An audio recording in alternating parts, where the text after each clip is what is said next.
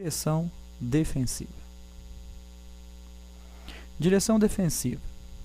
Direção defensiva é dirigir de modo a evitar acidentes, apesar das ações incorretas dos outros e das condições adversas que encontrarmos nas vias.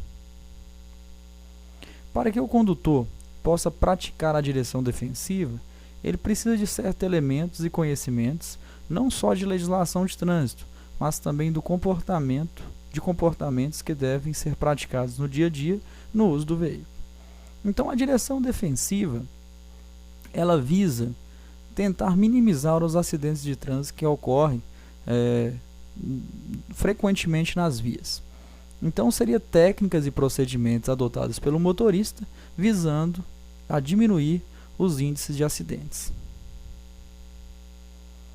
Normalmente, nos casos de acidentes, as pessoas procuram identificar ou perguntar quem é o culpado pelo acidente, quando a pergunta correta seria: quem poderia ter evitado o acidente? Então, nesse caso, nós vamos ter dois tipos de acidentes. Nós temos acidente evitável, que é aquele em que o condutor deixou de fazer tudo o que razoavelmente poderia ter sido feito para evitar o acidente, e o acidente inevitável é aquele em que, apesar do condutor fazer tudo para evitar o acidente, ele ocorre. Então, nós temos dois tipos de acidente: o evitável e o inevitável ou não evitável. Evitável dá para ter evitado, inevitável não. Então, nós temos aqui a direção defensiva dividida em duas: direção defensiva preventiva e direção defensiva corretiva. Vamos entender como é que seria a preventiva. A direção defensiva preventiva seria: motorista procura prever possíveis situações de risco encontradas no trânsito, de maneira que fique sempre preparado para reagir de tais circunstâncias e evitando surpresa.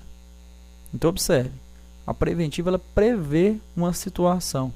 A corretiva seria: motorista não é capaz de prever a situação de risco e precisa de usar de muita habilidade para evitar o acidente. Então, observe, a corretiva ela acaba corrigindo uma situação não antecipada.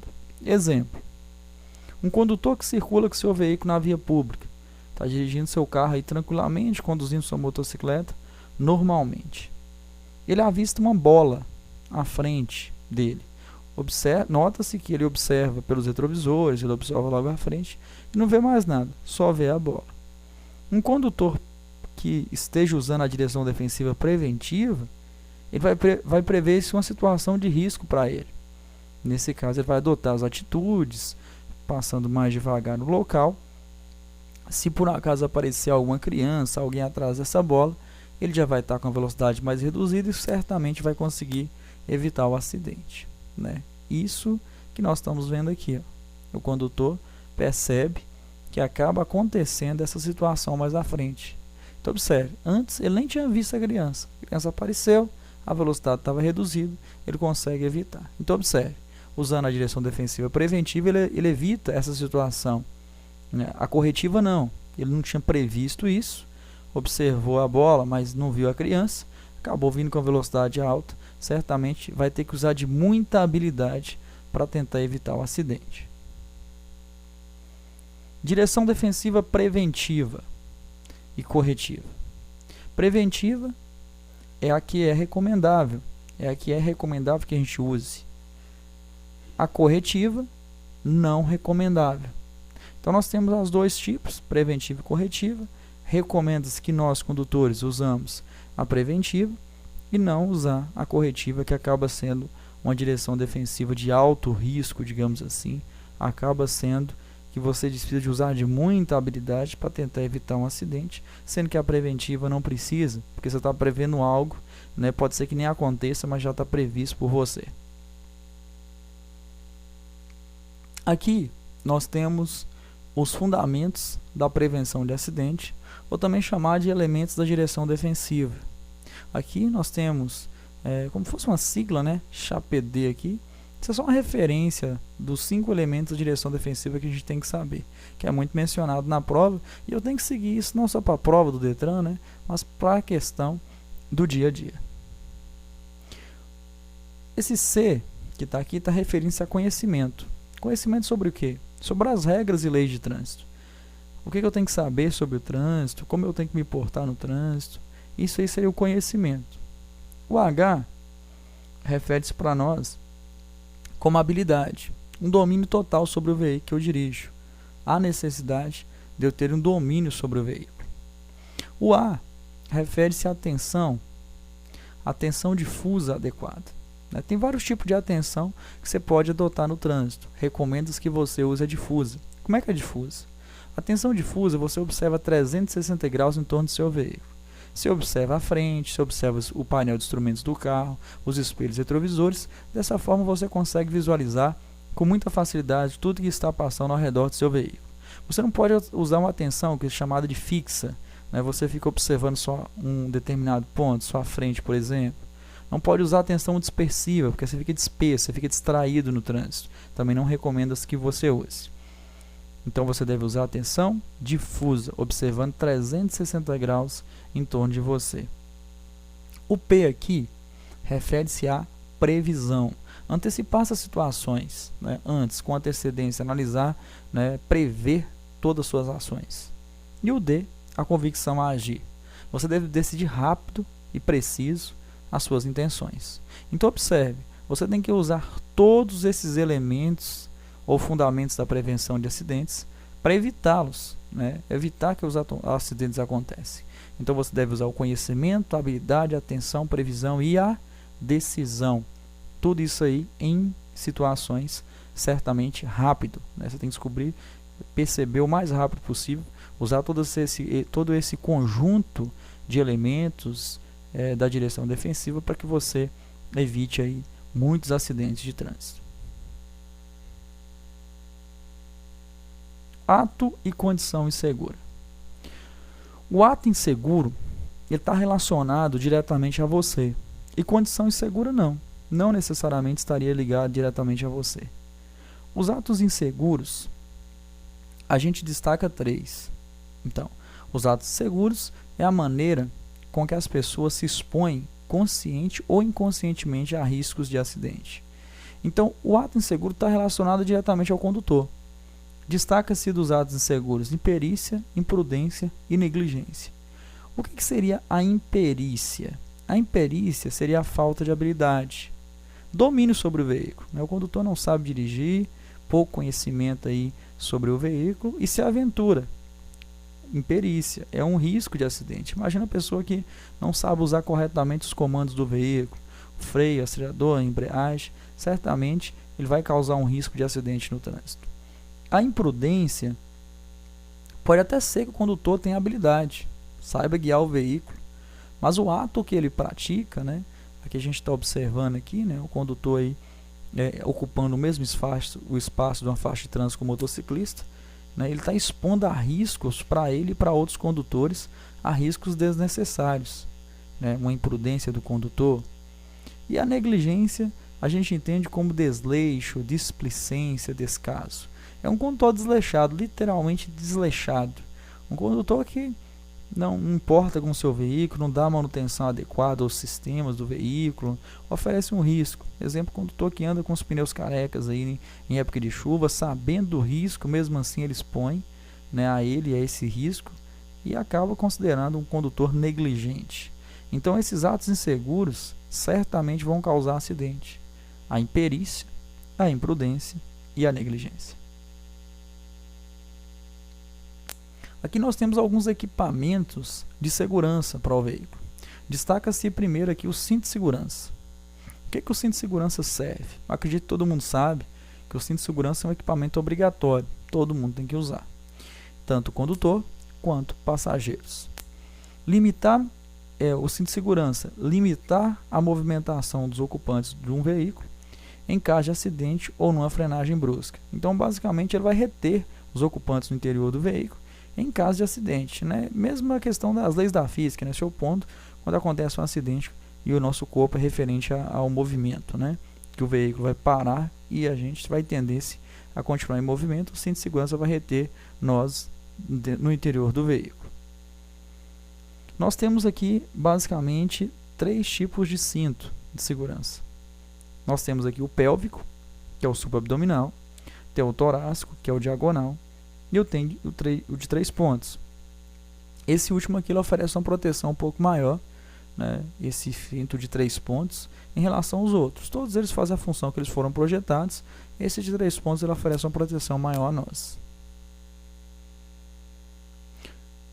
Seu veículo dispõe de equipamentos e sistemas importantes para evitar situações de perigo, como sistema de freio, sistema de suspensão, sistema de direção, sistema de iluminação, pneus e outros. O hábito da manutenção preventiva e periódica gera economia e evita situações de trânsito. É interessante que a gente revise nosso veículo, não só para a questão de custo, né? Porque acaba você tendo um custo menor quando você dá manutenção preventiva, né? Mas pela questão de segurança, literalmente. Se você não dá manutenção no seu veículo, se é meio negligente com o seu veículo, certamente vai oferecer um risco para você. Seu veículo pode ficar imobilizado na via ou até mesmo causar um acidente. É interessante que você revise seu veículo constantemente, leia o manual do fabricante e dê a manutenção adequada em todos os sistemas que seu veículo necessitar. Outros equipamentos são destinados a diminuir os impactos causados em casos de acidentes, como airbag. O airbag ele é uma bolsa de ar que infla em acidentes de trânsito. Ele protege tórax e face. Nós temos aqui até passa a ser, né, desde 2014, a obrigatoriedade da utilização desse airbag, né? Então os veículos automóveis, caminhonetes, eles são obrigatórios a ter esse airbag, pelo menos para os ocupantes da frente, que é essa bolsa de ar que infla em impactos. Encosto de cabeça. O encosto de cabeça é essa parte superior do banco do veículo. Ele evita, né, um fenômeno chamado efeito chicote, que na verdade é uma colisão com o veículo de trás. Nosso pescoço, né, ele faz como se fosse um efeito chicote, né? Então vem a colisão com o veículo de trás, pode acontecer ter uma lesão do pescoço em nível cervical.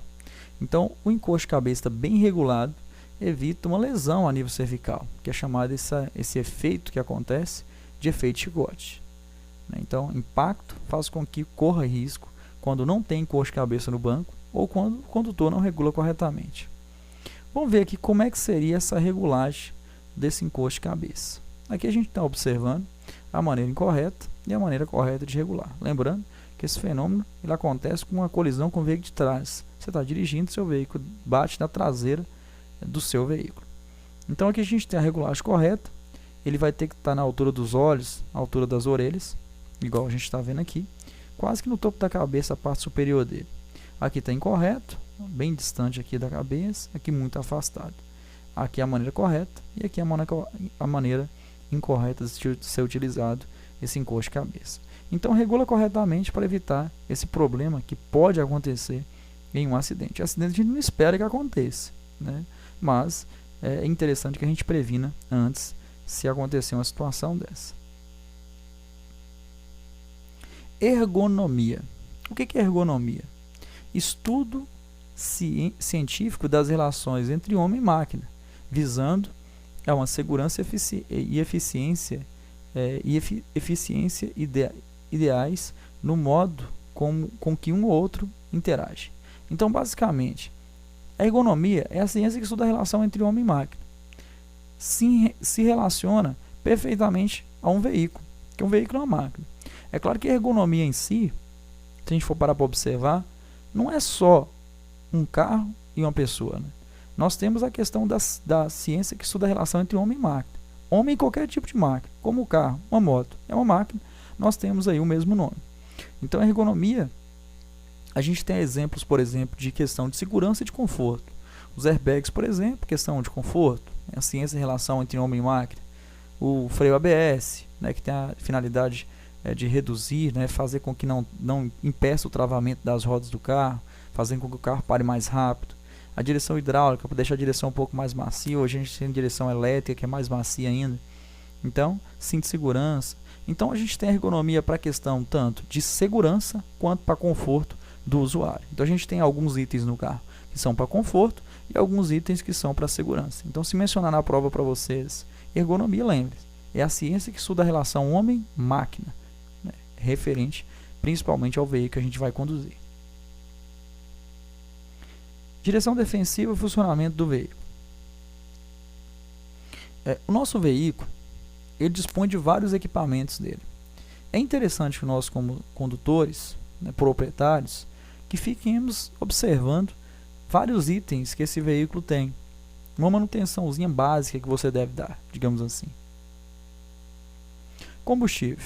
Muito fácil você perceber isso, né? Vai ter um marcador no painel de quanto combustível que tem, e nós temos por obrigação ficar atento se o veículo tem combustível suficiente para checar o local de destino.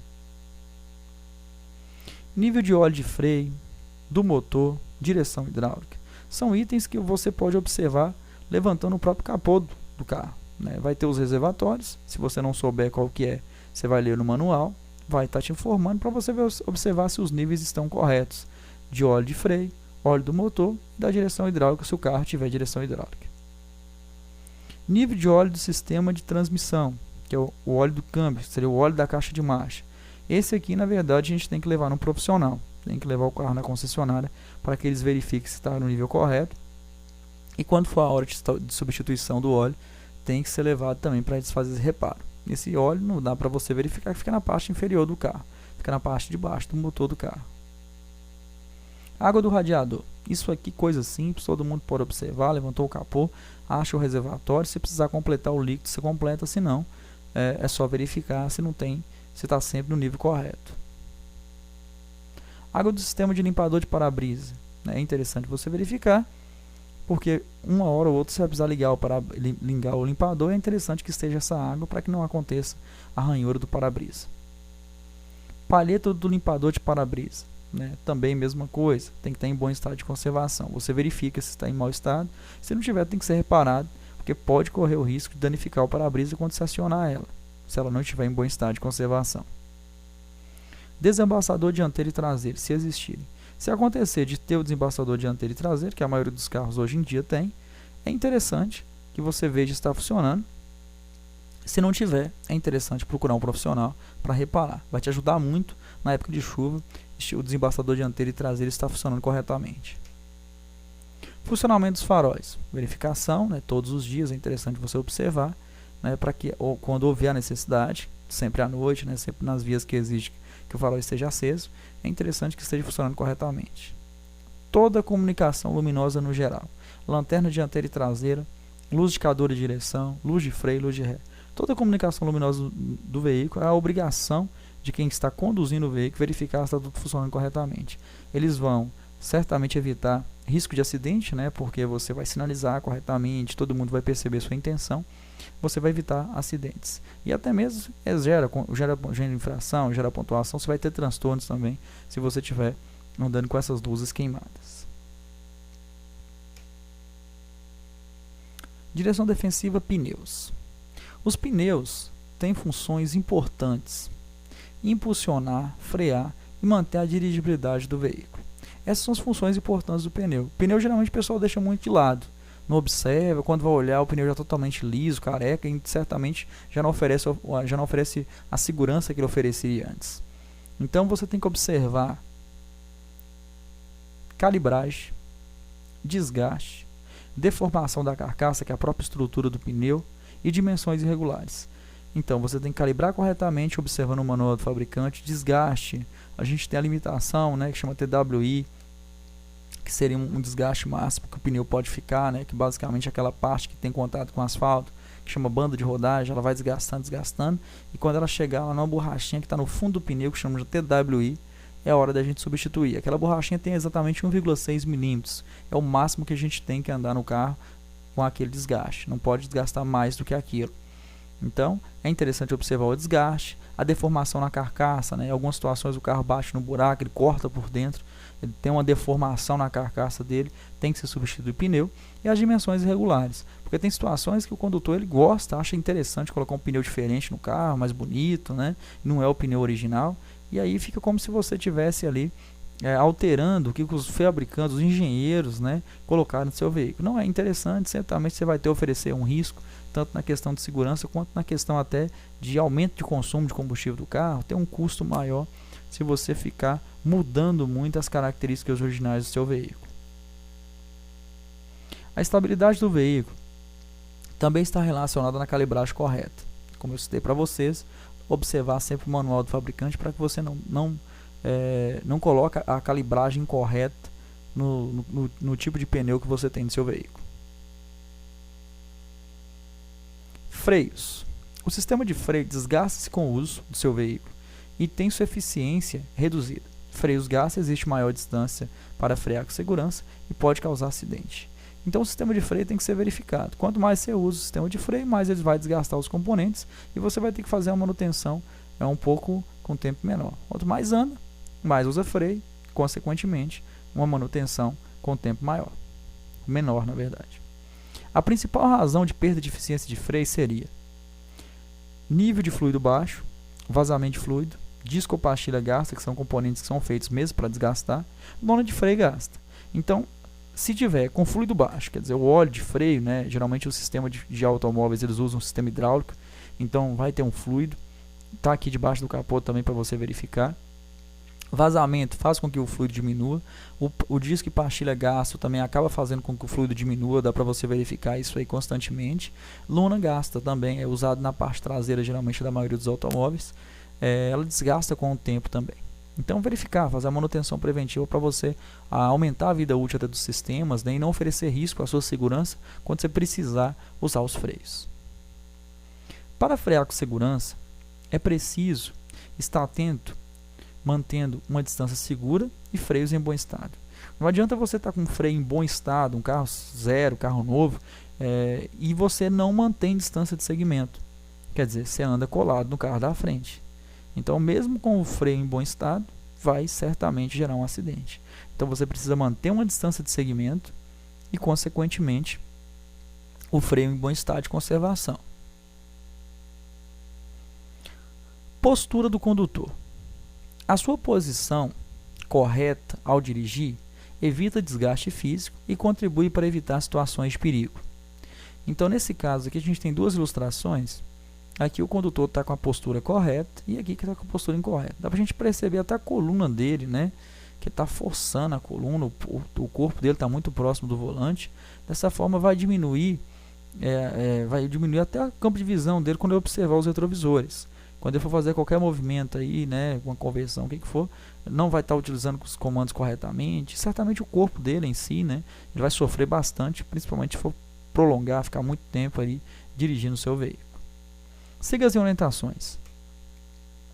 Dirija com os braços e pernas ligeiramente dobrados.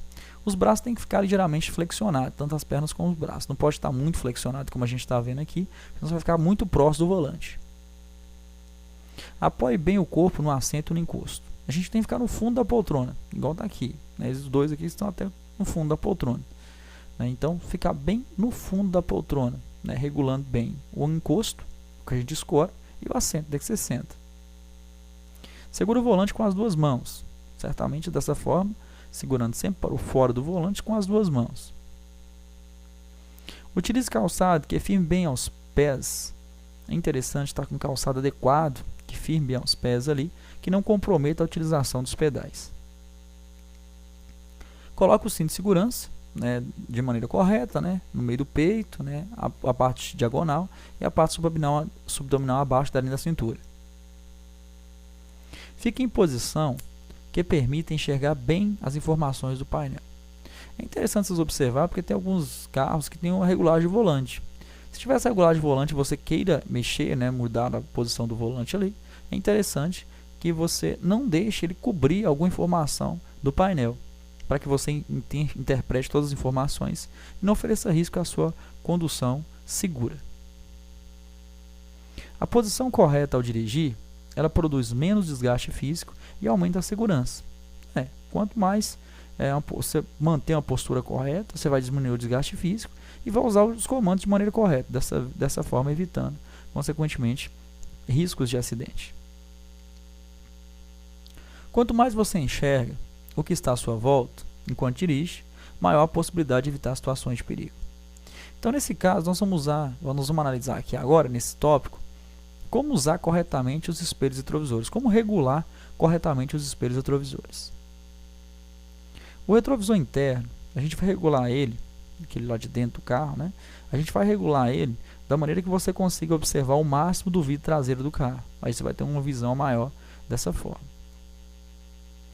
Os retrovisores externos, lado direito e lado esquerdo, eles são regulados praticamente iguais. Você vai regular da maneira que você veja parte da carroceria, parte da lanterna traseira do carro, e o resto você vai regular mais por exterior do carro.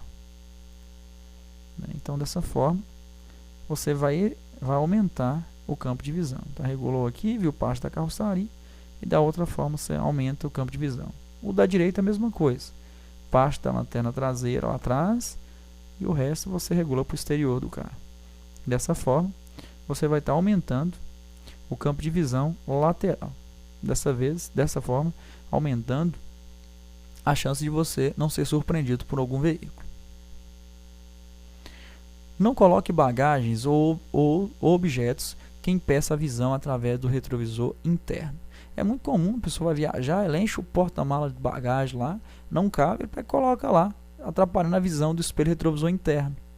Então, nesse caso, seria a mesma coisa de você não ter o retrovisor interno. Oferece risco, não é recomendado que você faça isso. Interessante estar tendo sempre livre a visão desse retrovisor interno aqui. Automatismo. O que é automatismo? Mania, vício, executado pelo condutor de forma inconsciente, involuntária. Então, são gestos ou ações efetuadas pelo condutor de forma não consciente, inconsciente, de forma involuntária. Você faz quase que sem perceber. A gente tem automatismo correto e automatismo incorreto. O que é automatismo correto? É uma maneira correta de você fazer algo automático, digamos assim, e o incorreto é errado. Exemplos. Engrenar as marchas no tempo certo. Nós temos aí o câmbio de marcha e tem os locais para você colocar a primeira, segunda, terceira, quarta, quinta, ré. E você engrenar ela corretamente, passar marcha no tempo certo, reduzir no tempo certo, são automatismos corretos. Posicionar o corpo corretamente no banco, já saber como é que faz a regulagem, vai ser passado, claro, na prática. Então, quando você se habilitar, você vai aprender como é que regula corretamente o banco, como é que passa a marcha, e, consequentemente, você fazendo isso várias e várias vezes, vai ficar automático. Posicionamento das mãos ao volante. Só tem duas formas de segurar o volante corretamente. Sempre com as duas mãos por fora do volante. A gente tem que acompanhar como se fosse um ponteiro de relógio, como se fosse os ponteiros de um relógio, marcando as horas 9h15 ou 10h10. Então você pode segurar o volante no meio, igual está aqui, ou mais em cima um pouquinho. Seria mais ou menos aqui, 9h15 ou 10h10. Ou no meio do volante ou mais em cima um pouquinho. São as únicas formas corretas de segurar o volante. Aprendeu dessa forma, várias e várias vezes fazendo isso até terminar seu curso prático, ou até depois que se habilitar, usando corretamente, fica automático. Automatismo incorreto. Exemplos. Deixar de sinalizar suas intenções. De tanto você fazer isso de tanto você fazer as conversões sem sinalizar, por exemplo, isso fica automático. Vira um automatismo. Então você deixa de sinalizar com antecedência todas as suas intenções. Automatismo incorreto, errado. Andar com o pé apoiado no pedal de embreagem. O pedal de embreagem ele é projetado para que você use. Para quê? Para passar marcha, para arrancar o carro, para a imobilização dele quando ele estiver quase parando. Então você usa ela e você libera ela. Você não pode ficar andando vários quilômetros com o pé em cima da embreagem. Nesse caso você vai estar desgastando os componentes e oferecendo um risco, porque talvez quando você quer parar, por exemplo, você está com o pé em cima do pedal de embreagem, você acaba acionando a embreagem primeiro, ou ao mesmo tempo que o freio, o carro leva mais tempo para parar. Então não é recomendável que você ande com o pé em cima do pedal de embreagem. Segurar o volante de maneira incorreta.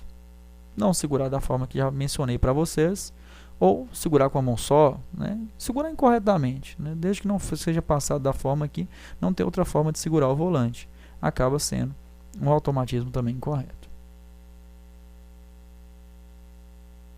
Agora nós vamos falar sobre algumas leis da física que vai atuar sobre o seu veículo em deslocamento. A primeira seria a aderência. O que é aderência? Aderência é a capacidade de atrito do pneu com o pavimento. É a capacidade do pneu se prender à pista de rolamento. Isso é aderência, atrito do pneu com o asfalto, contato do pneu com o asfalto. A aderência, ela está relacionada principalmente à calibragem correta do pneu. Então aqui, por exemplo, nós temos as situações, ó, pouca pressão, pressão correta, excesso de pressão. Quando acontece pouca pressão, quer dizer, né, se era para você colocar, sei lá, 60 libras nesse pneu, você colocou 30, ou era para colocar 30, você colocou 20, nós temos o veículo com pouca pressão. O que acontece? Ele vai desgastar as laterais do pneu e esse meio vai dobrar por interior. Nesse caso, nós vamos ter uma perda de estabilidade também.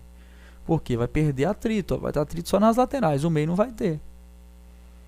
Excesso de pressão, ao contrário aqui era para ter, sei lá, 30 libras, colocaram 60 libras nesse pneu.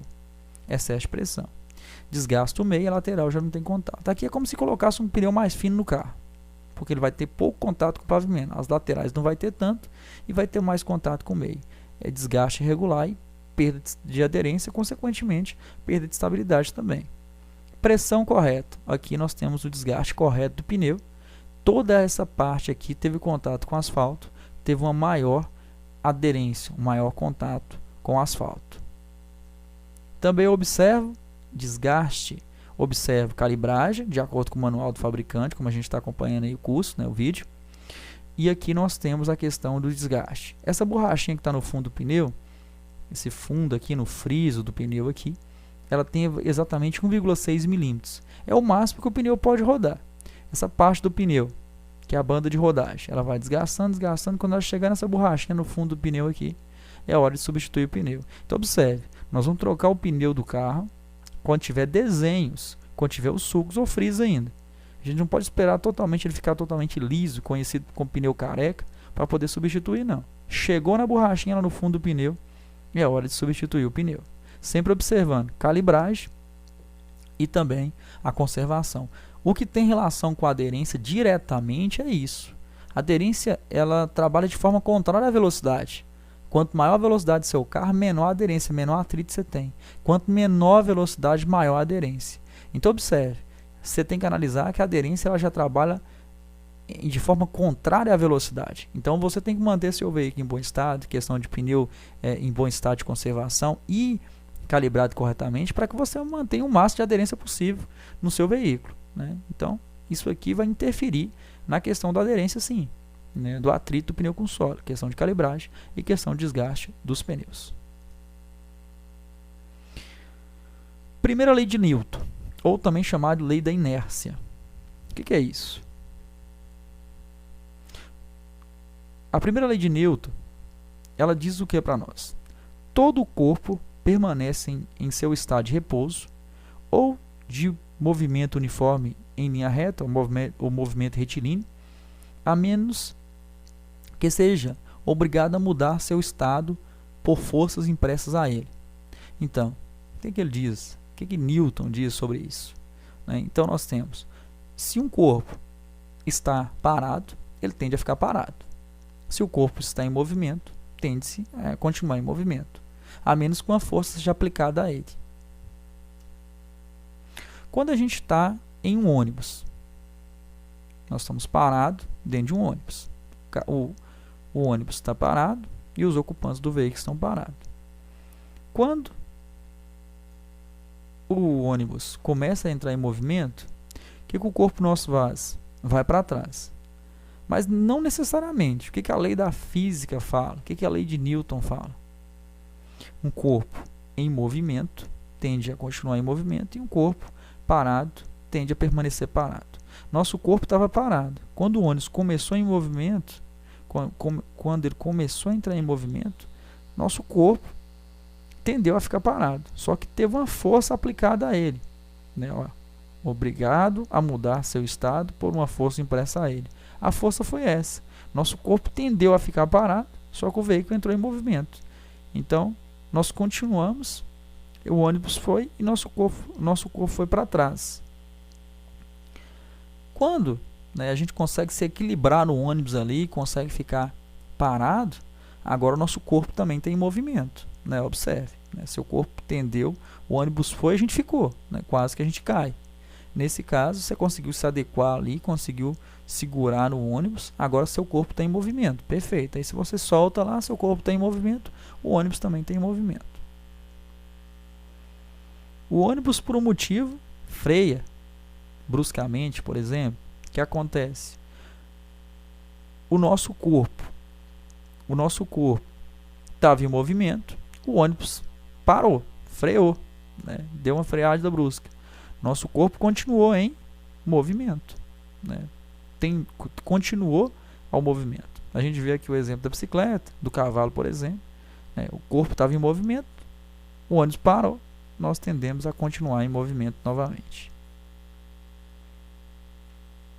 Aqui nós vamos entender um pouco mais sobre os fenômenos que podem acontecer no nosso veículo. Força centrípeta. O que é força centrípeta? É a força resultante que puxa o corpo para o centro da trajetória em um movimento curvilíneo e circular. Então a força centrípeta ela tende a puxar o veículo para o interior da curva. Então, quando o condutor entra em uma curva, ele tende a entrar para o interior da curva.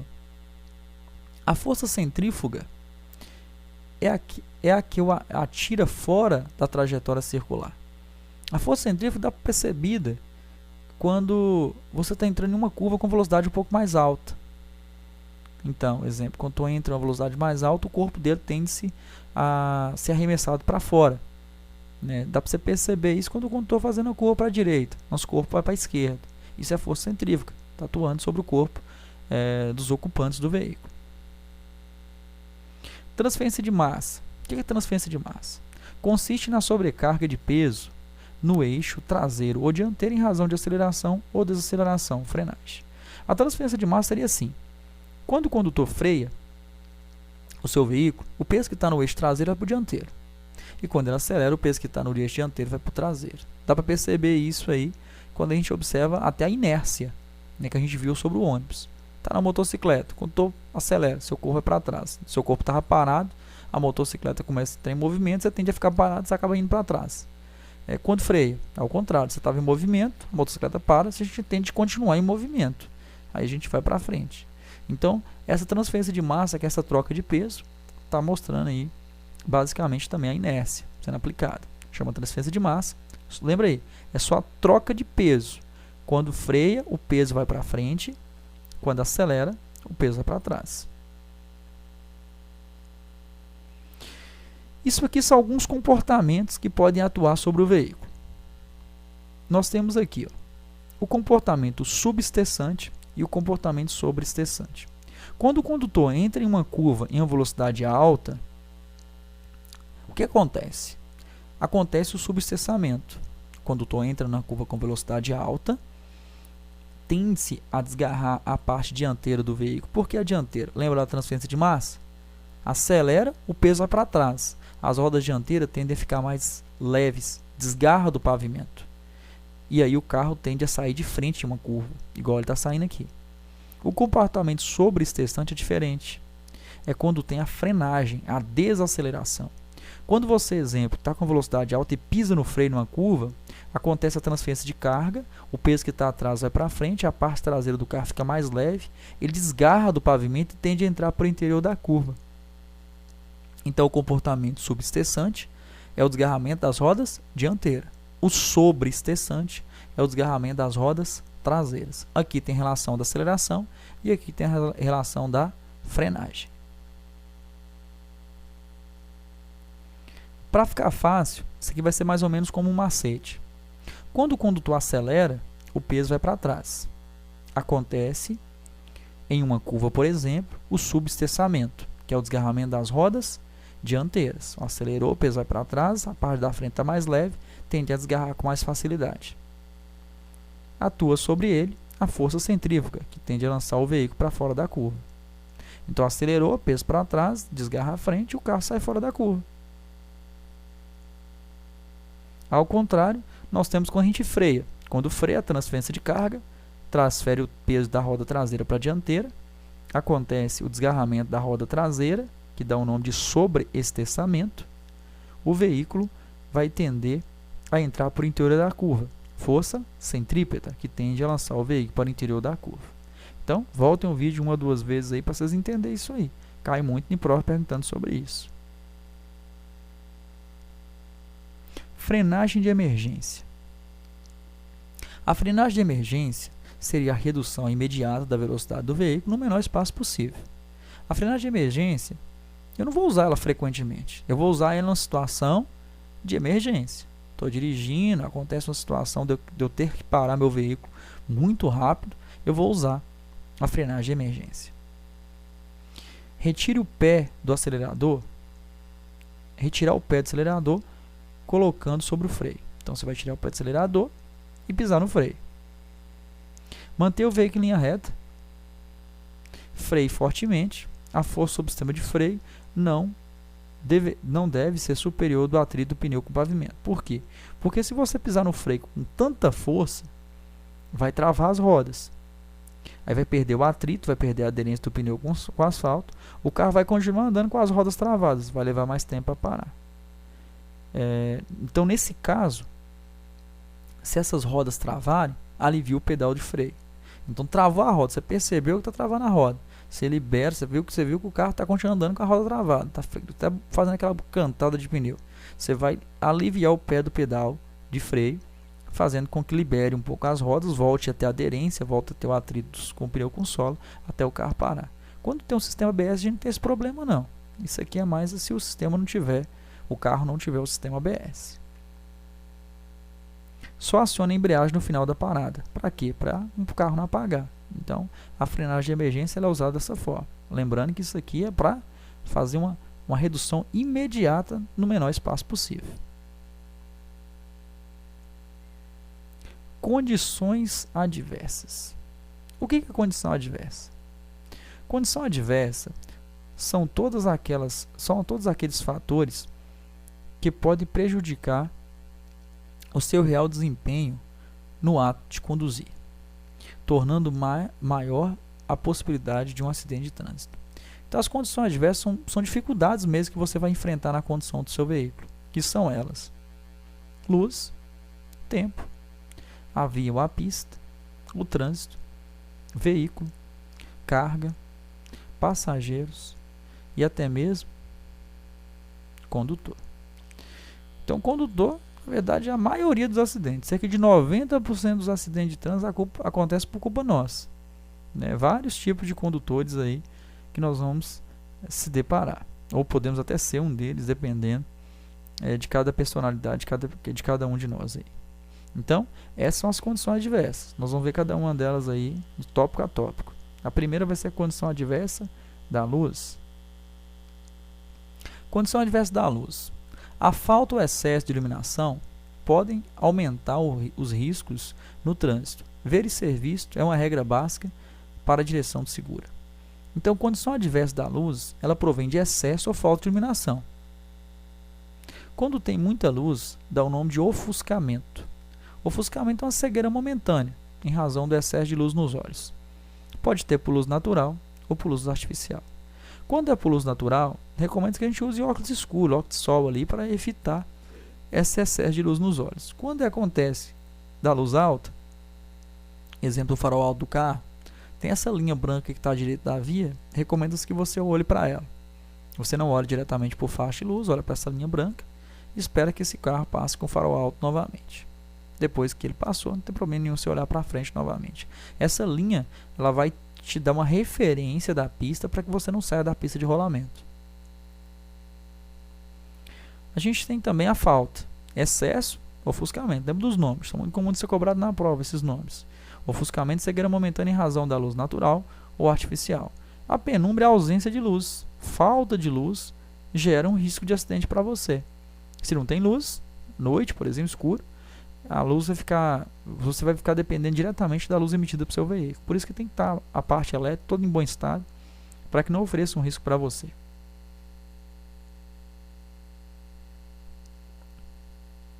Algumas condições climáticas e naturais afetam as condições de segurança também. A gente tem chuva, a gente tem neblina, neve. Aqui no Brasil não tem, né? Mas pode acontecer granizo também e tal. Pode acontecer essa situação também. Mas as mais comuns são chuva, né? Neblina, cerração, vento. Isso pode causar um risco aí à segurança nossa. Nessas condições, devemos adotar as atitudes para garantir a segurança, reduzindo velocidade, redobrando a atenção, para cada situação ali adversa que a gente acaba enfrentando. A primeira é chuva. O que a gente deve fazer em chuva? Redobrar a atenção, acionar a luz baixa do farol. Nós temos aí 3 luzes do carro, né? O farol lente, farol baixo, farol alto. Recomendo na época de chuva usar o farol baixo, para não ofuscar a visão do outro condutor e você conseguir visualizar com mais facilidade. Aqui o desenho aqui já indica para a gente o que a gente tem que fazer, ó. Reduzir a velocidade. A placa de 60, eu vou 40. Sou um condutor defensivo, vou na velocidade um pouco mais baixa pela condição adversa que eu estou enfrentando. Aumente a distância do veículo da frente. Quando chove, o carro leva mais tempo para parar depois que aciona os freios. Então é interessante você ficar mais longe do carro da frente. Reduz a velocidade. É interessante a redução da velocidade, né? Mesmo pelo fato que você vai ter que ter um espaço maior para você parar. Então é interessante que esteja mais longe do carro da frente. Não freie de maneira brusca, né? Acontece o travamento de roda com mais facilidade, você leva mais tempo para parar. Observação: piso molhado reduz a aderência dos pneus, velocidade reduzida e pneus em bom estado evita acidentes.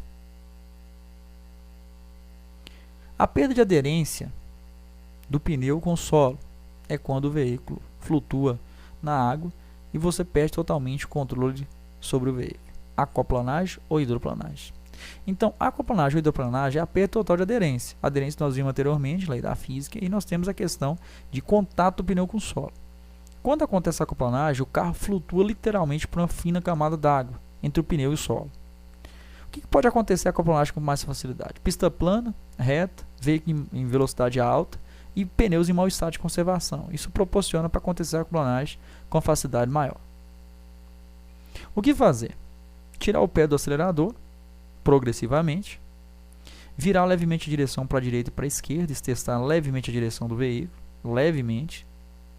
Não frear de maneira nenhuma, porque acontece a transferência de carga, o carro pode acontecer até de rodar na pista de rolamento. Não virar bruscamente a direção do veículo, né? Se virar bruscamente também a gente pode perder o equilíbrio do veículo, ele perde perder o equilíbrio e consequentemente também gerar um acidente. Então o que você pode fazer é tirar o pé do acelerador devagar, virar devagarzinho para a direção para a direita e para a esquerda, não frear e não movimentar a direção até que o veículo tenha contato dos pneus com o solo novamente e volte até a aderência. Isso, consequentemente, você vai voltar até a estabilidade. Então lembra, quando ele está aquaplanando ou hidroplanando, que é a mesma coisa, são sinônimos essas palavras, ele está literalmente flutuando sobre a água, não tem contato com asfalto algum, ele está flutuando sobre a água. E esses são os procedimentos a ser adotados em caso de aquaplanagem. Área de alagamento. Como passar por um alagamento? Engrene a primeira marcha e passa acelerando em torno de 2.500 RPM, que é rotação por minuto. Vai estar mostrando no painel, no tacômetro, no conta-giro do carro lá. Para evitar que entre água pelo sistema de escapamento. É recomendável que você acelere, porque quando você passa por uma área de alagamento é diferente da aquaplanagem. A aquaplanagem é uma pequena quantidade de água. Quando é a questão do alagamento, tem uma grande quantidade de água. Então, certamente, o escapamento do carro que fica na parte inferior, parte de baixo, vai estar submerso sobre água. Então, é interessante que você acelere para evitar que entre água no sistema de escapamento. Pede primeira marcha, por quê? Porque é a marcha mais forte do carro.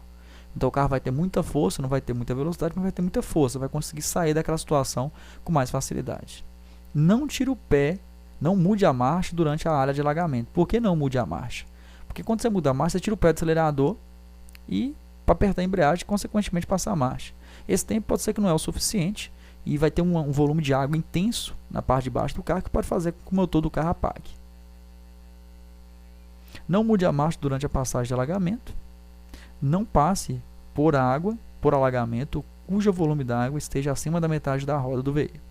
É porque passa da metade da roda, pode ser que o veículo não vai ter como passar, né? Vai criar uma resistência da água no veículo, consequentemente o carro pode ser levado pela água. Então recomenda que só passe se estiver no máximo na metade da roda do carro. O carro afogou. Não dê partida. Deixe desligado e aguarde. Por quê? Você vai danificar mais se der partida. Afogou, ele parou de funcionar, você não pode dar mais partida. Começou a passar na área de alagamento lá, por isso que o ideal é não passar, né? Tenta evitar essa área de alagamento, que inevitável são esses procedimentos a ser adotados. Então, se ele apagou, deixa ele quietinho, não dá partida, deixa ele desligado. Não dá partida novamente não, senão você vai acabar danificando mais do que a água já danificou o motor do carro. Passando o alagamento, faça um check-up total no seu veículo, desde o óleo, transmissão, até o sistema de ventilação. Então, você vai dar um check-up em todos os itens do carro, né? Sistema de lubrificação, né? O óleo, vai dar um check-up no sistema elétrico do carro lá, para ver se está tudo funcionando corretamente. Depois que passou essa área de alagamento, esse grande volume de água que o carro teve que se deparar. Neblina ou cerração. Acontece muito a questão da condição adversa de neblina ou cerração, geralmente próximo de cidades litorâneas, próximo do mar. Acenda a luz baixa do farol, é interessante para você ver, é uma condição adversa de visibilidade. Aumente a distância do veículo da frente, é interessante que você fique mais longe, né, porque esse condutor pode ter uma condição adversa mais à frente, fazendo com que ele freie bruscamente, é interessante que você esteja mais longe. Reduza a sua velocidade. Não use o farol alto, porque pode ofuscar a visão do condutor que vem em sentido contrário. Pare em local seguro, como posto de abastecimento, se não tiver jeito. Você viu que aquela fumaça está muito densa, na questão da neblina está muito densa, não está conseguindo dirigir corretamente. Não pare no acostamento, que é perigoso do mesmo jeito, você fica muito próximo da pista de rolamento. Tenta achar um local seguro, como exemplo um posto de gasolina, um posto de abastecimento, até esperar aquela névoa dissipar para que você continue prosseguindo sua viagem segura. Condição adversa de vento. Ventos muito fortes, ao atingir seu veículo em movimento, podem deslocar, ocasionando a perda de estabilidade e o descontrole, que podem ser causa de colisões com outros veículos ou até mesmo capotamento. Avistando essa plaquinha, ela já sabe que aquele local tem um vento forte. Recomendo que você reduza a velocidade, redobre a tensão. E aí tem situações até que pede para você abrir um pouquinho o vidro do carro, para que entre um pouco de ar no veículo, para criar uma estabilidade um pouco maior. O que fazer? Vendo a sinalização correspondente, reduz a velocidade para não ser surpreendido e para manter a estabilidade do veículo. Então toda condição adversa, vocês perceberam já, fala tudo lá, ó, reduzir velocidade e redobrar a tensão. Essa e mais alguns itens lá de cada condição adversa. Sempre a redução de velocidade é interessante, porque a aderência trabalha de forma contrária à velocidade. Quanto maior velocidade, menor aderência. Quanto menor velocidade, maior aderência, maior estabilidade ao veículo. Aqui nós temos a condição adversa da fumaça, onde a fumaça há fogo. Aquele ditado popular dá certinho para cá. Então, quando tem a fumaça está muito densa, o ideal é que você não passe. Agora tem situação que é inevitável. Evite passar quando a fumaça estiver muito densa. Caso seja inevitável, acenda os faróis do carro, é interessante. Fechar os vidros também, né, porque senão você não consegue respirar dentro do carro. Não pare dentro da nuvem de fumaça, que pode gerar um acidente. Talvez um condutor que vem atrás pode ser que não perceba a sua intenção ainda, e certamente gerar um acidente. Não freie bruscamente, de maneira nenhuma frear bruscamente seu veículo.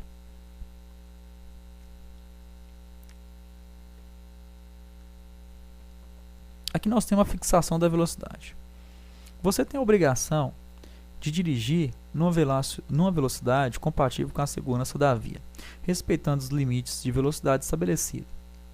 Nós, condutores, temos que manter uma velocidade regulamentar de acordo com as condições da via. Então, se tem uma placa de 80 km por hora, por exemplo, como a gente vê na ilustração, se a pista estiver em bom estado, for durante o dia, não tem problema nenhum. Essa velocidade foi planejada, foi analisada e você pode respeitá-la.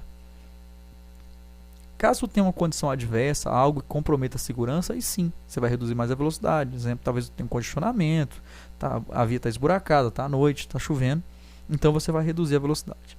Mas a gente também não pode andar muito devagar também não. Há situações que o condutor anda muito devagar, em bom estado de conservação à pista, acaba gerando uma situação de perigo. Então você tem que dosar a sua velocidade de acordo com as condições da via e de fluidez do trânsito também. Curva. Ao fazer uma curva, sentimos o efeito da força centrífuga, tendendo a lançar o veículo para fora da curva. A força que joga para fora da curva. E exige um certo esforço para deixar o veículo em sua trajetória. Diminua a velocidade antes da curva. A gente não pode frear dentro da curva, porque acontece transferência de carga, comportamento sobreexcessante, o veículo tende a entrar para dentro da curva. Então você não pode frear, tem que frear antes da curva, reduzir a velocidade antes. Comece a fazer a curva com movimentos suaves e contínuos ao volante. Eu não posso oscilar, não pode ter oscilações na direção do veículo. Né? Acaba balançando o carro, perde estabilidade, perde o equilíbrio do veículo. Então, movimentos contínuos e suaves ao volante. Procure fazer a curva movimentando o mínimo que puder o volante, evitando movimento brusco e oscilações na direção. Essas são as recomendações. Frear antes, entrar acelerando, tem que entrar acelerando, mas com a necessidade da curva. Declive, descida forte. Você percebe que a frente tem um declive acentuado. Teste os freios. Nunca desça com o veículo desengrenado. Desengrenado é o veículo sem a conexão do motor com as rodas. Seria ponto neutro, que é chamado também. Não desça desengrenado. Não desliga o motor na descida. Não é interessante também desligar na descida. É que o motor do veículo sempre tem que estar em funcionamento, desde quando você deu partida nele. Ele não pode desligar enquanto você não vai imobilizá-lo, né? Parou, chegou em casa, alguma coisa do gênero. Aqui nós temos também a ultrapassagem. Onde há sinalização proibindo ultrapassar, não ultrapasse. Então, se tem a proibição, não faça a manobra. Só ultrapassar se a faixa do sentido contrário estiver livre. Observar quem está aqui atrás, se tem condições de fazer a manobra com segurança. Lembre-se que você pode exceder a velocidade, que você não pode exceder a velocidade máxima naquele trecho. Então, quando você ultrapassar, você não pode ultrapassar e exceder o limite de velocidade. Então, nesse caso, só vai ultrapassar se o condutor da frente permitir que você realize essa manobra, porque senão vai ficar difícil para você. Não dificulte a ultrapassagem, dê sempre a passagem pelo lado esquerdo da via. Não tenha pressa, aguarde a condição permitida e segura para que você realize essa manobra com segurança. Qualquer estreitamento de pista, referente ao estreitamento de pista, qualquer estreitamento de pista aumenta risco. Não tem jeito. Né? O estreitamento de pista, a pista está mais estreita do que o normal. Aqui, por exemplo, por causa de um buraco. Né? Quebrou ali o pavimento, ficou uma faixa de trânsito inutilizável. Pontes estreitas, sem acostamento, obra de desmoronamento, barreiras, presença de objetos na pista, por exemplo, provocam estreitamento de pista. Redobre sua atenção, reduza a velocidade. Quando for possível a passagem de apenas um veículo por vez, aguarde um momento oportuno. Então, você vai passar um por vez, a gente vai esperar a oportunidade ideal para não oferecer risco à nossa segurança. Acostamento.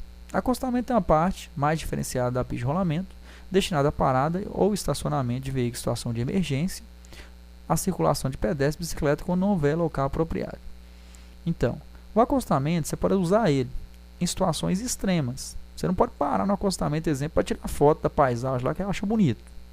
Isso não é permitido. Vai cometer infração de trânsito, oferece um risco à segurança sua, né, e dos outros usuários.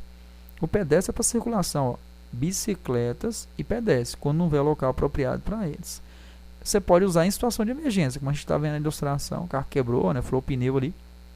Ele está fazendo esse reparo, colocou a sinalização e depois vai sair do local. Então, se tiver também, colocar a sinalização adequada para não oferecer risco. É perigoso e proibido trafegar pelo acostamento. Ou mesmo parar, que não seja uma situação de emergência. Condição adversa da via ou da pista. Ondulações, buracos, elevações, inclinações ou alterações do tipo de piso pode desestabilizar o veículo e provocar perda de controle. Então, buraco na pista, né, depressões, situações em que você observa que vai oferecer risco, aumenta a chance de você causar um acidente. O atrito do pneu com o solo é reduzido pela presença de água, óleo ou barro. Então, essas situações, recomenda-se que você reduza a velocidade, redobre sua atenção e passe mais devagar nesses trechos, mesmo por causa da situação em si que a via vai mostrar para você. Então, reduzir a velocidade, redobrar a atenção, tomar os devidos cuidados aí, nessas situações da pista, da via ou da pista em mau estado. Árvores ou vegetação. Árvores e vegetações nos canteiros centrais das avenidas ou nas calçadas pode esconder placa de sinalização. Você está dirigindo seu veículo, você observa lá a placa, né, a vegetação cobrindo a sinalização, já pode gerar um acidente para você. Por quê? Você não vê. Tem uma placa proibida de virar à direita, você acaba virando à direita. Geralmente vai causar um risco de acidente para você.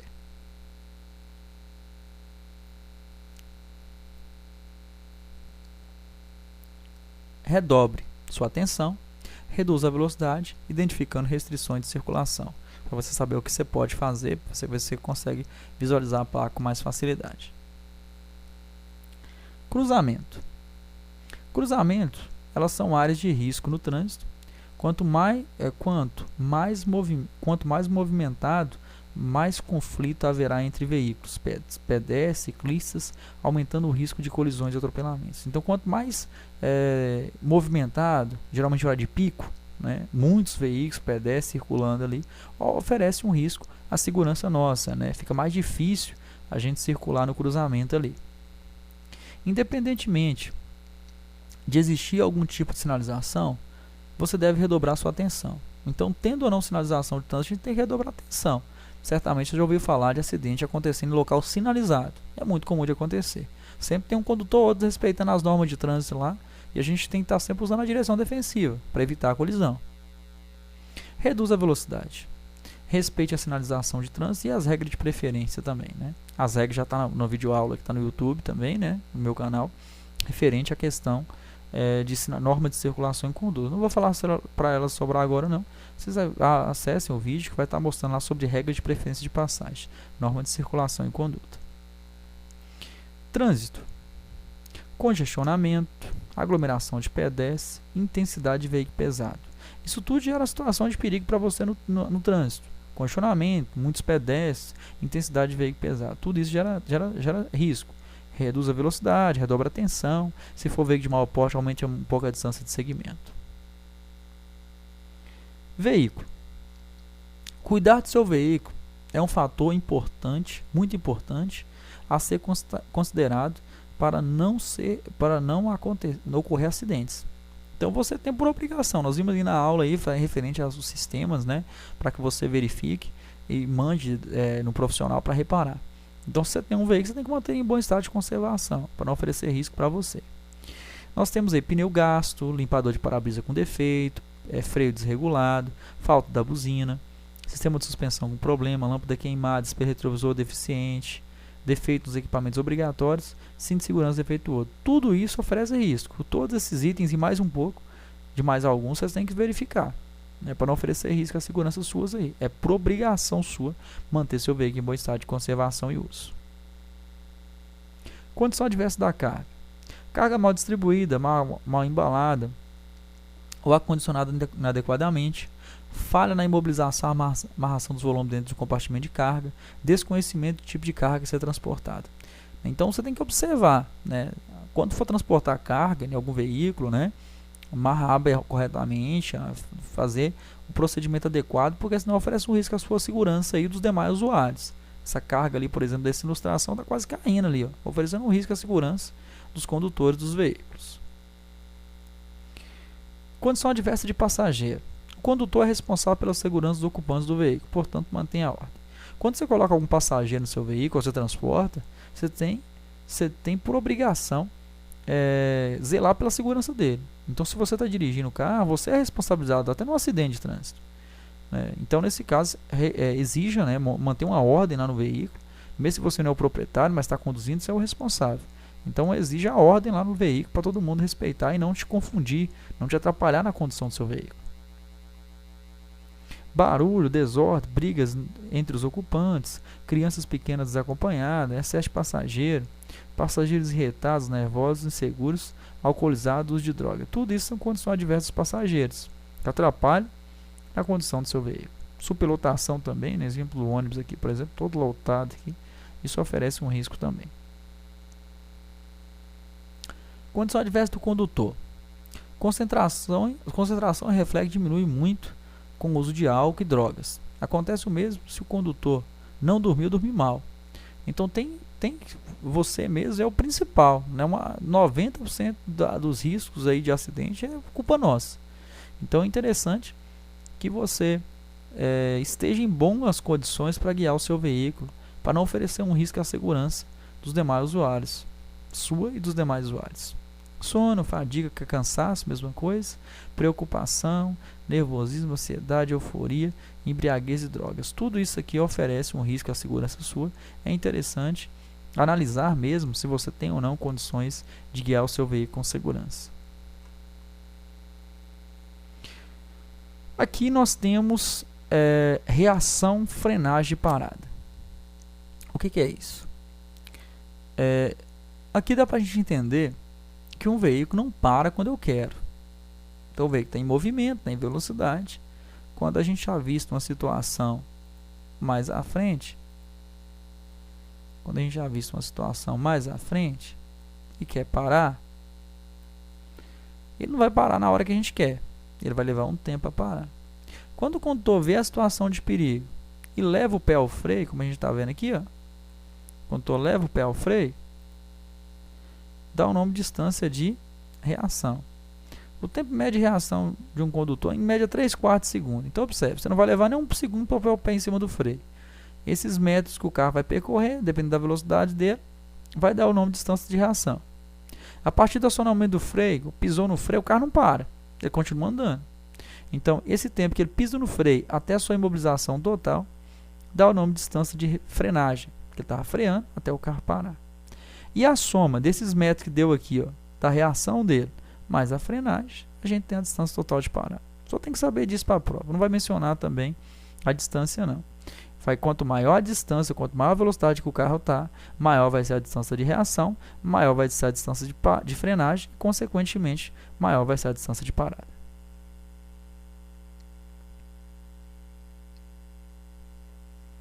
Como prevenir os acidentes?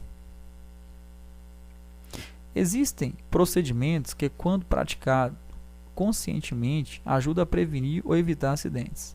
Podemos chamar esses procedimentos de método básico da prevenção de acidentes e aplicá-los em qualquer atividade do dia a dia que envolva risco.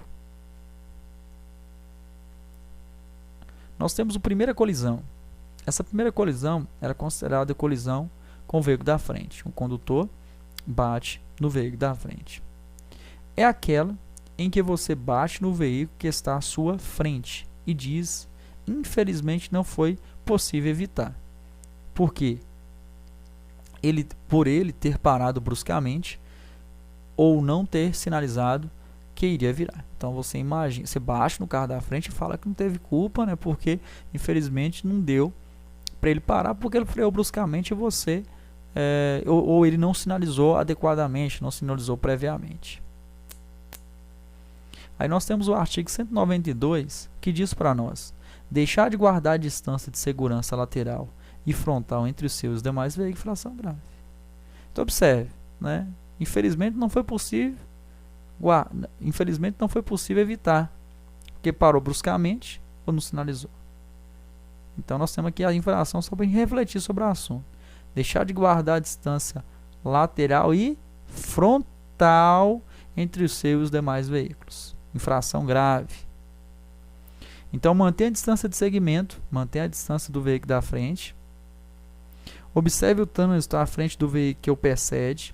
O veículo que precede é o carro da frente. Então lá na frente você tem que observar se não tem um trânsito, alguma coisa que vai influenciar com que ele reduza a sua velocidade, porque se ele for reduzir, você tem que reduzir também, para você sempre manter a distância do veículo da frente. Ficar atento a sinais emitidos pelo veículo da frente. Se eu contou aqui, por exemplo, se deu a azulzinha vermelha, pisou no freio, você pisa no freio também.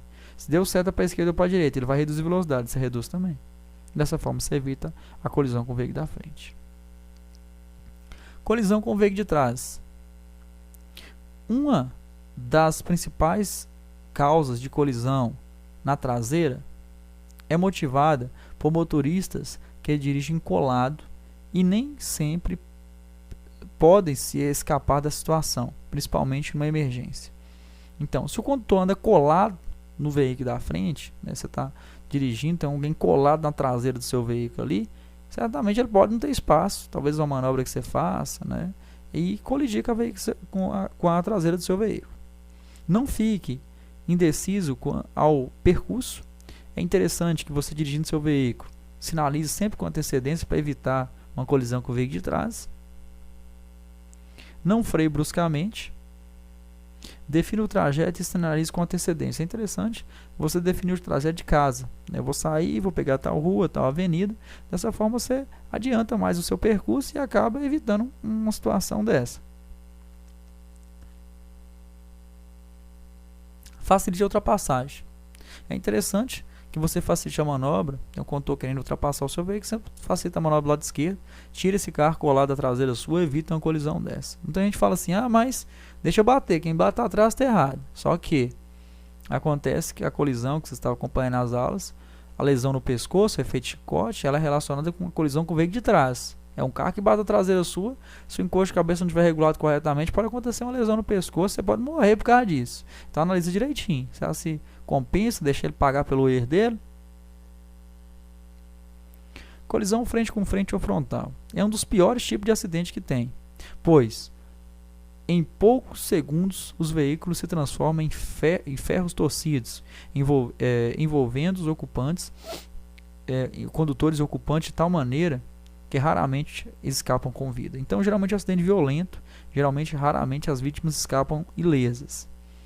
É um dos acidentes mais violentos, pois a força do impacto corresponde à soma da velocidade dos dois veículos. Imagina, uma colisão com um poste. Um condutor está a 80 km por hora no carro dele, ele bate no poste. O impacto da batida foi 80 km por hora. A colisão frontal é um veículo batendo com outro veículo em movimento. Então, exemplo, um carro está a 80 km por hora, ele bate de frente com o outro a 80 km por hora. O impacto da batida a gente soma. Então, é como se estivesse batendo não 80 km por hora, 160 km por hora. O impacto da batida entre os dois. Só ultrapassar com segurança onde for permitido. Entrar nas curvas com velocidade compatível. Respeitar o limite de velocidade e demais condições. São recomendações aí para evitar a colisão. Colisão nos cruzamentos. Esses acidentes ocorrem nas manobras de virar à direita ou à esquerda, não observando o semáforo ou a preferência de passagem do local, assim como a travessia de pedestre. Então, essa colisão geralmente é falta de atenção do condutor. Falta de atenção de um ou mais condutores ali, certamente gerando esse tipo de colisão. Muito comum de acontecer o abarroamento, como a gente está vendo aqui, que é a colisão lateral, né? O condutor bate na lateral de outro veículo. Reduz a velocidade ao transpor um cruzamento. Olhar para os dois lados, primeiro para a esquerda. Recomendo que a gente olhe primeiro para a esquerda, que teoricamente é o veículo que chega primeiro em seu veículo. Né? Você vai entrar na interseção, né? Qual chega primeiro? Lado esquerdo. Então você olha primeiro lado esquerdo. Só realizar a manobra em local permitido e com segurança. E aqui nós temos 1/3 dos acidentes de trânsito acontece nos cruzamentos. De cada 3 acidentes, um é no cruzamento. Então é uma proporção considerável. É interessante a gente analise direitinho, né, e tente evitar ao máximo esse tipo de acidente. Colisão nas ultrapassagens. Em locais de pouca visibilidade, nas curvas, locais proibidos por sinalização, verifique sempre. Observar as condições de segurança, só ultrapassar em local permitido, manter a distância lateral de segurança, o tempo suficiente para realizar a ultrapassagem com segurança. Analisa todos os critérios para depois realizar uma manobra de ultrapassagem. Não certamente vai oferecer um risco a você e os demais condutores. Colisão misteriosa. 3 tópicos aí que a gente tem que decorar. Esse último até que não. Acidente grave, não são todas, né? Mas esses dois de cima sim. Envolve apenas um veículo, causas desconhecidas. Geralmente acidente grave. Esse tipo de colisão é uma colisão estranha mesmo, né? Geralmente ela tem umas proporções estranhas. E aí, basicamente seria isso. Tem que envolver um veículo só, causas desconhecidas. Nem a perícia geralmente descobre uma real causa. Ela tem hipótese, mas ela não chega na real causa dessa colisão. Então, causas desconhecidas e geralmente acidente grave, porque se a vítima morreu ou foi levada em estado de urgência para o hospital, ela vai ser considerada um acidente grave, né? Então, a maioria deles geralmente é grave.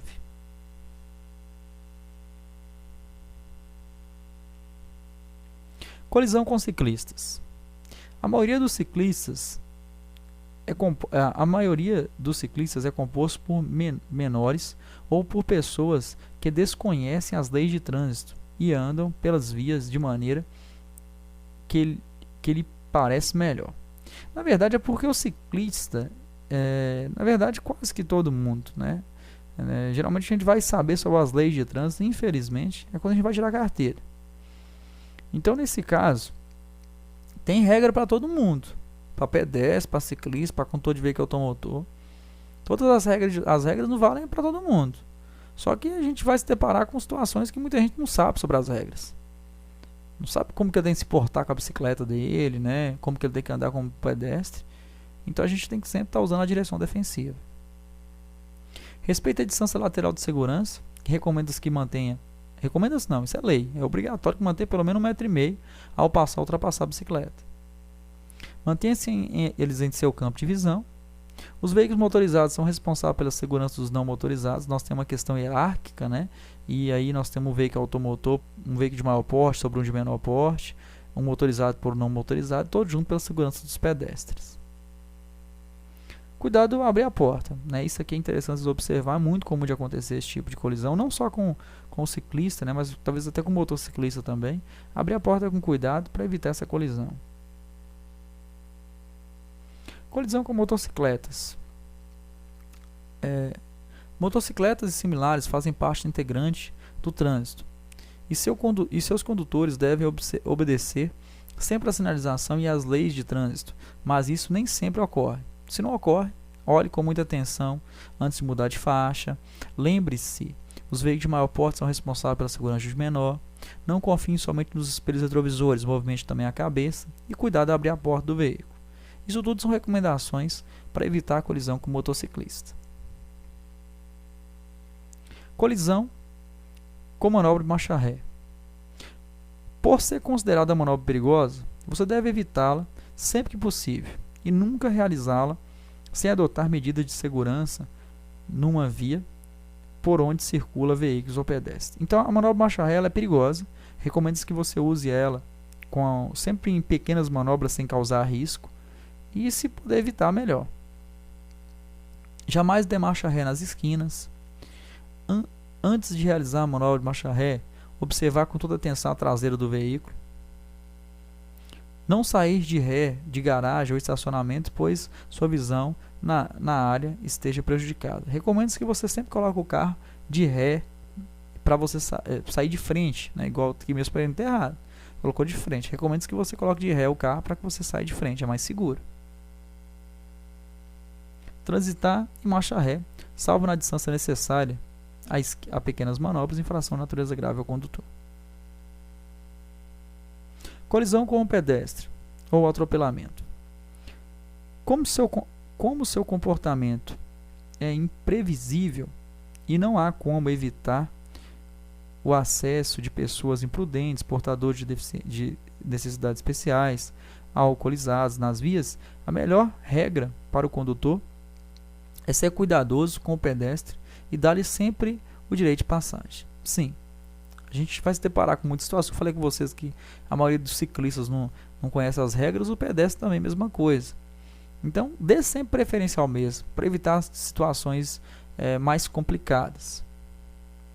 Todos os veículos são responsáveis pela segurança do pedestre. Dê sempre preferência ao pedestre, seja educado e cortês com o pedestre. Respeite a faixa de segurança na faixa de pedestre, que é lei, né?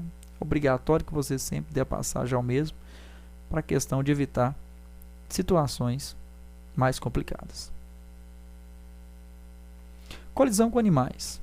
Ocorre sempre com mais frequência nas zonas rurais, pois os animais muitas vezes rompem as cercas, invadem as estradas sem que os donos percebam de imediato. Então é comum de acontecer tanto com animais selvagens quanto animais domésticos. Reduz a velocidade até que tenha ultrapassado, redobre sua atenção, nunca use a buzina, pois poderá assustá-lo e fazer com que volte ao seu veículo. Luz também, às vezes, cega o animal e impede de sair para que você possa passar. Então é interessante você reduzir a velocidade, redobrar sua atenção e não buzinar e também não jogar o farol alto, não acender o farol alto. Depois que passar por esses animais, é interessante que você avise os condutores que vêm em sentido contrário piscando o farol, para que eles reduzam a velocidade também, porque isso é uma situação perigosa. Colisão com objeto fixo, né? Um objeto que não se movimenta, ocasionando geralmente por culpa do próprio condutor. A maioria dos acidentes com objeto fixo, colisão com objeto fixo, é por culpa do condutor mesmo. Quando cansado, com sono, excesso de velocidade, desrespeito às leis de trânsito, sob influência de álcool ou entorpecente. Então, situações que geralmente quase que sempre é exclusivamente do condutor, acontece esse tipo de colisão. Colisão com três. Quando ocorre, é falta de atenção ou pressa do condutor, mas tomando alguns cuidados, são fáceis de ser evitados. Antes de transformar passagem de nível, pare e olhe e escute. Jamais atravesse se o sinal estiver fechado. Não mude a marcha durante a transposição. Não mude a marcha porque não correu o risco de deixar o carro apagar, talvez por falta de habilidade do condutor ainda. Então, nesse caso, recomenda-se que você não mude a marcha à transposição da ferrovia. Aqui nós temos alguns acidentes, né? Isso aqui, colisão frente com frente, colisão lateral, colisão com objeto fixo, colisão lateral novamente, colisão até com animais aqui, ó. Colisão com um animalzinho aqui. Nós temos agora a questão da direção defensiva para motociclista. Para que tem uma parte de direção defensiva só para motociclista no trânsito? Isso aí é porque ela aumenta a frota. Ao passar do tempo, a motocicleta, né, passou a ser pegou gosto mesmo na população, né, passamos a gostar muito desse veículo, né. Tem alguns, por exemplo, de baixa cilindrada, a gente tem um custo bem baixo, manutenção, até para comprar o veículo ele fica mais barato. Então tem aí pelo gosto do veículo em si, ou então pela questão até de comodidade, né, com economia, digamos assim. Só que com o aumento da frota começa a ter uns acidentes de trânsito.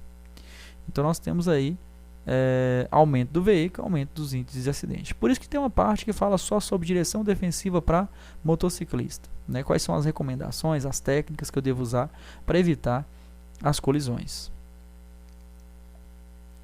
Eu tenho que saber aqui sobre o retrovisor de motocicleta. O retrovisor de motocicleta é convexo. O que é convexo? É um retrovisor que ele tem uma certa curvatura. Ele é interessante porque ele aumenta o campo de visão, só que ele tem seus contras. Os dois de motocicleta são convexos. Geralmente o carro, o lado esquerdo é plano e o lado direito é convexo. Com a convexidade, tem-se a ilusão que o objeto refletido a ele está na distância maior do que a real. Vamos ver aqui. Ó. Esse aqui é o plano e esse aqui é o convexo. Observa o campo de visão como é que é maior em comparação a esse. Só que se você for perceber, a imagem está menor. Observa o tamanho desse carro aqui para esse. Esse carro está pequenininho. Por quê? Como é que o convexo funciona? Ele diminui a imagem aumentando o campo de visão. Então observe. Esse aqui está dando a distância real. Esse aqui está dando a distância incorreta. Então esse que é o defeito. Com a convexidade, a ilusão que o objeto está refletido a ele está na distância maior do que a real. Então quando você olha para o espelho plano, você vê a distância real. Quando você olha para o convexo, você dá a distância incorreta. E o da motocicleta são os dois convexos. Do carro, geralmente. Lado esquerdo aqui plano, lado direito lá vai ser esse aqui, o convexo. É bom e ruim. Aumenta o campo de visão, mas dá uma enganada para a gente aí. Segurança.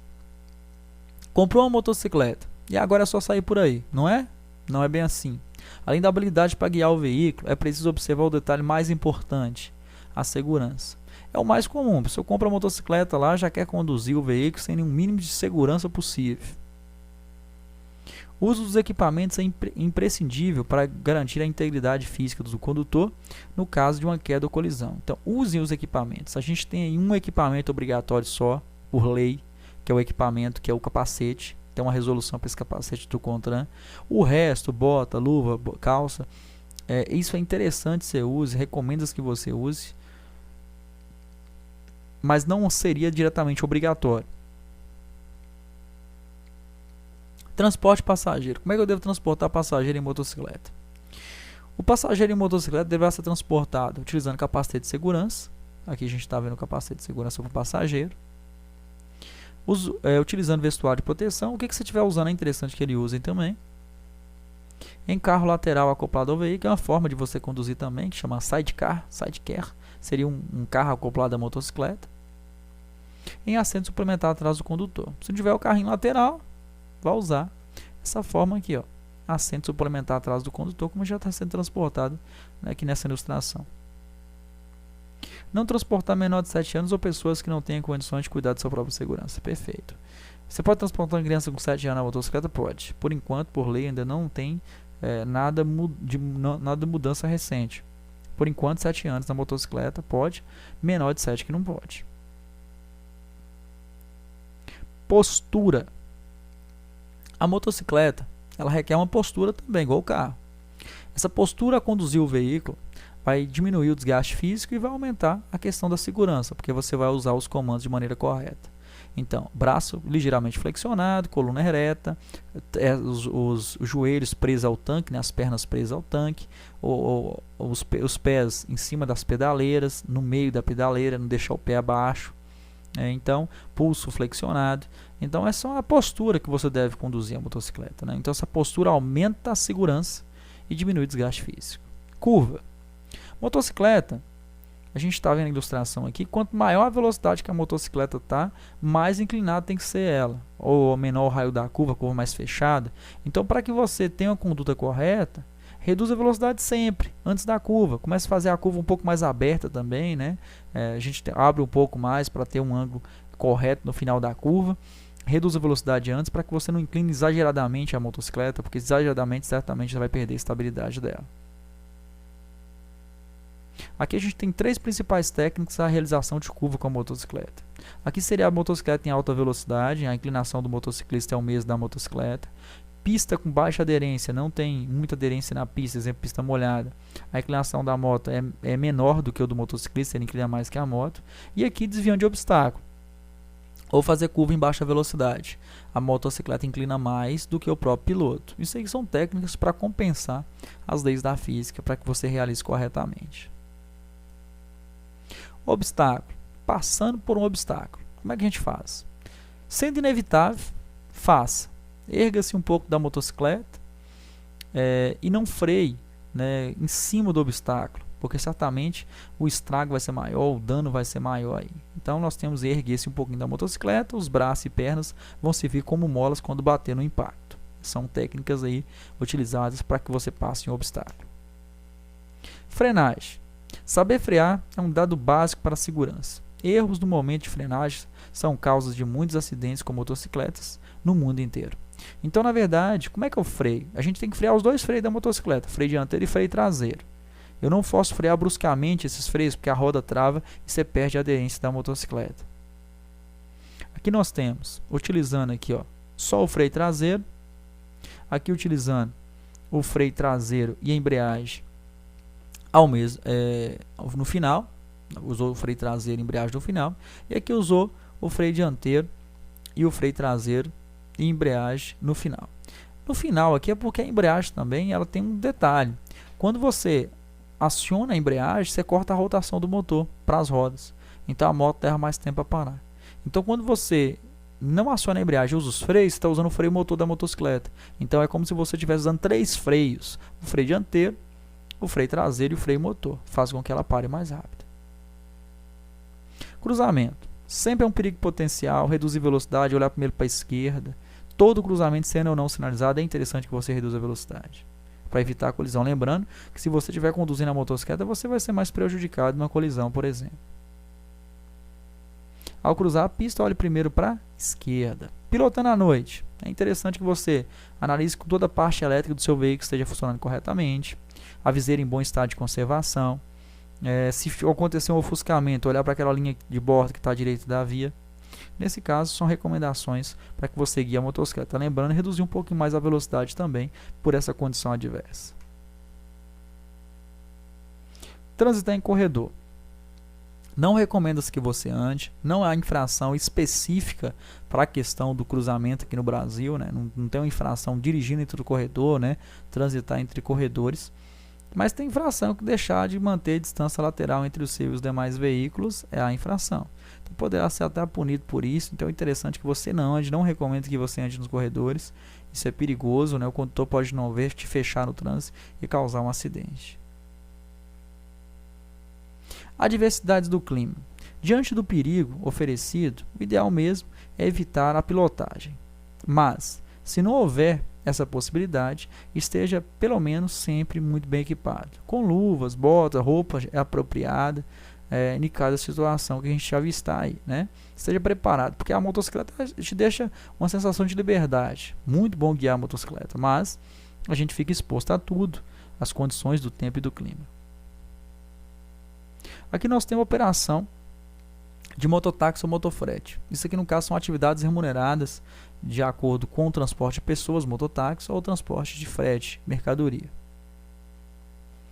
As motocicletas e motonetas destinadas a transporte remunerado de carga e passageiro devem ser registradas com veículo de aluguel, tem que ter equipado com mata-cachorro, que é um equipamento que no caso seria para questão de tombamento com o veículo, protege suas pernas, né, no caso de acidente, antena corta-pipa, inspeção semestral de segurança. Aqui nós temos os itens, né? Aqui o mata-cachorro, aqui é o baú, aqui a alça de acoplamento, o capacete tem que ter esse retrorefletivo, né? Tem que ter a anteninha corta-pipa, isso aqui é a palinha de cerol, o colete retrorefletivo. Essas são as exigências para essa condução. E ali no caso, isso aqui seria para o veículo. E aqui nós temos para o condutor. Ele tem que ser maior de 21 anos, tem que ter CNH na categoria A há pelo menos 2 anos e tem que ter feito um curso especializado. E com colete dotado e dispositivo retrorefletivo, aquele colete que a gente viu que é eletrorefletivo.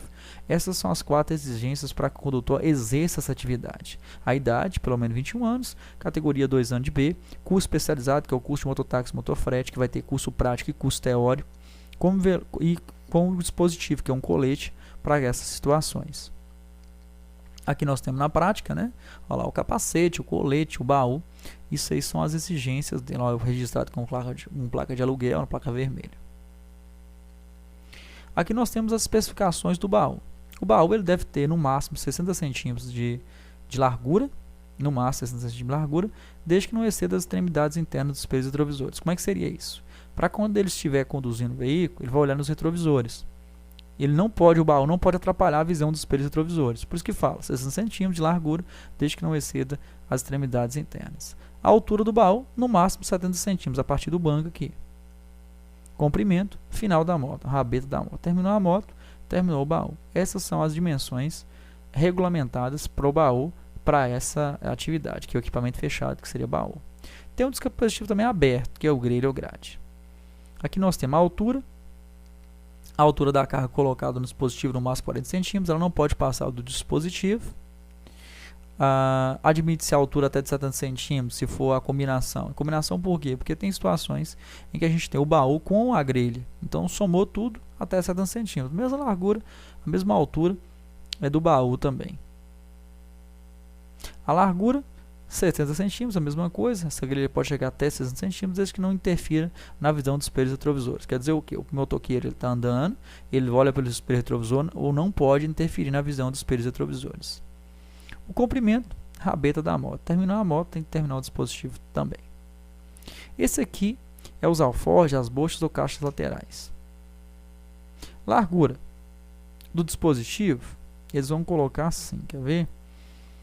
Eles vão medir de um ao outro. Não seria só um dispositivo, eles mudam de um lado a outro. Aí eles vão colocar assim, a largura não poderá exceder a essa largura da frente da moto. Então aqui, ó, eles vão medir da alavanca de embreagem, a de freio, ou da ponta do guidão na ponta do outro guidão.